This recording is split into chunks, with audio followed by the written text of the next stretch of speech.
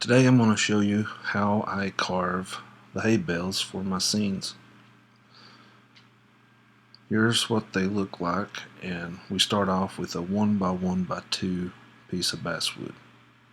This piece I've got half of the bale already carved, and I'm going to show you how they match up and how we do it. First, you have to cut a groove or two grooves all the way around, four sides. Two sides and the two ends, actually. You can take your time, do small cuts, but you want to make sure they end up fairly deep, and it doesn't matter if they're straight, because on a bay of hell, it's all bay of hell. Listen at me this morning.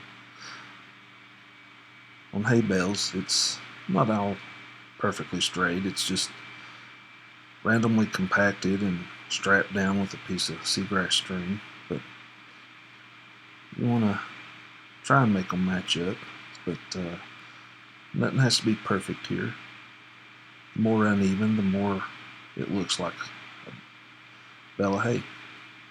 So we're matching these two sides up, the top and the end, to the ones that are finished, so that we can go and start putting in the groove, the detail. On that end, you want to kind of center it and go from the center, push down, and sweep upward like this. We'll do this all the way around, all four sides, I guess you want to say. And when you do that, you just slowly do it. You can do multiple small cuts, or you can do them, push in hard and do them all in one stroke. I usually do them all in one stroke, but you gotta make sure you wear your gloves, because where they're small blocks, you can easily slip and jab or cut yourself. You can do from the center out on both sides, or you can do like me, while you're holding it one direction, do from the outside to the inside. And you'll see how they match up here in just a second. They're not really hard to do. It's just once you get used to them, they're easily. But the first one I done it took me like over an hour to do it right, get it to look right. But like here, you go back from the center, from one side where you started, and push down and upward. And what that does is it gives you a hump in the center of it, which makes the bale of hay look like, or the string around it looks like it's compressing it down. And that's what we want, because that's what it does. And it squeezes, and the center of it would push up, and the outsides would be pushed up. So that's what we're trying to accomplish here. But you just take your time. You don't want to get in a hurry, otherwise, slips and accidents can happen easily. But these are good for decorations around, say you carve a cow or a horse, or even cowboys on a horse. You could lay these anywhere to make a scene look even cooler, or you could use them as a fence. Make several of them, stack them up like a fence. But here's like the end of it. So you got to do this all the way around. And it gets a little tiresome, but it does end up good and makes good decorations for your carvings.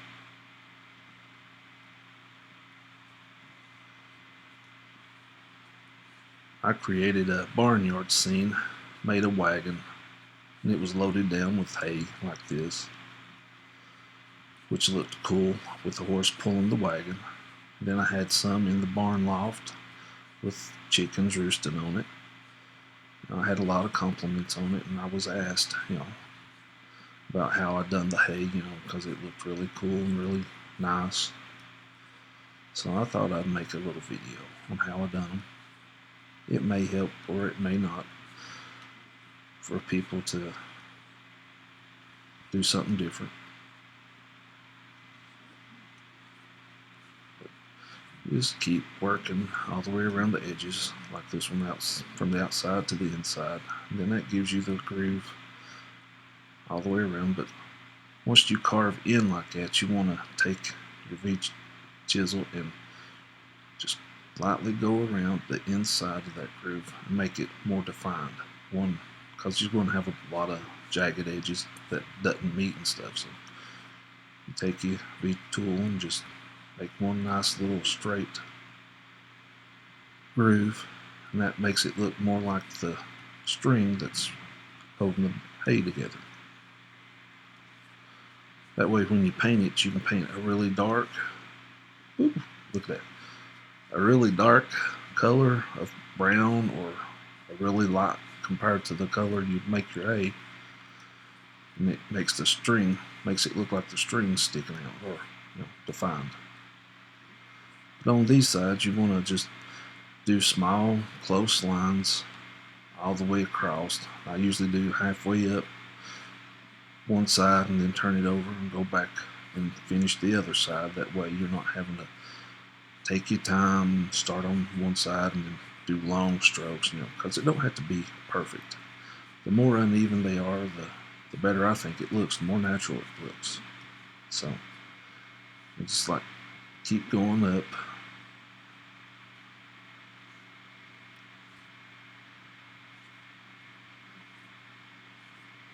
And then turn it over and finish the other side.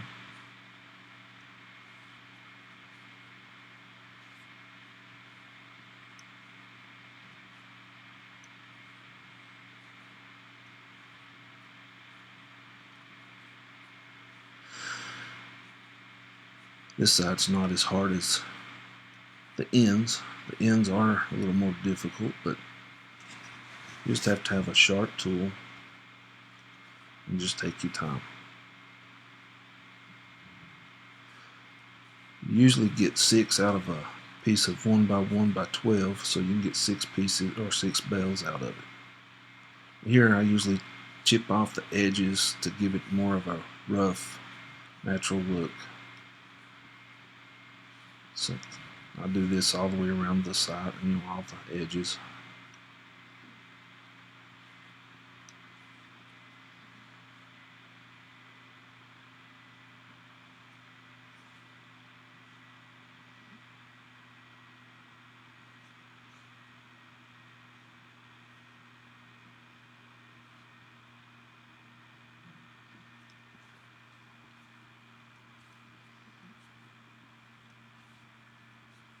You just take your time.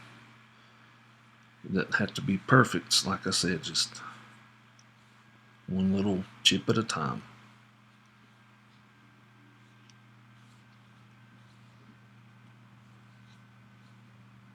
But where I've done several, I've gotten used to it, so it's a little quicker once you do several. But on these sides, once you do all those, you want to cut some deeper grooves to give it the separated look, because they are built in small squares and pressed together.